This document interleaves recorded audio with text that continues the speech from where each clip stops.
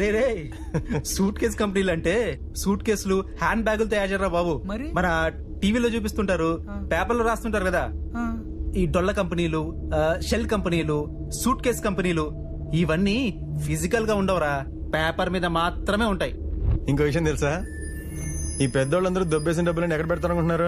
ఇలాంటి కంపెనీలకే మళ్ళీ ఇస్తా ఉంటారు. ఊరు పేరు లేని కంపెనీకి విశాఖపట్నంలో 3,000 కోట్ల రూపాయలు విలువ చేసే భూములు ఇస్తారు. ఉర్సా అంట కంపెనీ పేరు. ఇంద్రనైనా ఈ ఉర్సా అని చెప్పి చూస్తే ఊరు లేదు, పేరు లేదు. వారు కట్టే కరెంటు బిల్లు ఏంటి అని అంటే కనుక వాళ్ళు కట్టే కరెంటు బిల్లు ఒక ఇంట్లో ఒక అపార్ట్మెంట్ లో రెసిడెన్షియల్ అపార్ట్మెంట్ కట్టే కరెంటు బిల్లు ఆ కంపెనీ కడతారు. మన అమెరికాలో వాళ్ళ ఆఫీస్ ఏందని చెప్పి అక్కడికి పోయినారు మన వాళ్ళు ఎంక్వైరీ చేయడం. ఆడ చూస్తే ఆడ చిన్న ఊరు పేరు లేని ఈ కంపెనీకి 3,000 కోట్లు విలువ చేసే భూమి 99 పైసలు కంట. రూపాయికి ఇడ్లీ వస్తుందో రాదో నాకు తెలియదు కానీ చంద్రబాబు నాయుడు హయాంలో మాత్రం ఉర్సా లాంటి ఊరు పేరు లేని కంపెనీలకు 3,000 కోట్ల రూపాయలు మాత్రం డబ్బులు దోచిపెట్టి నాకు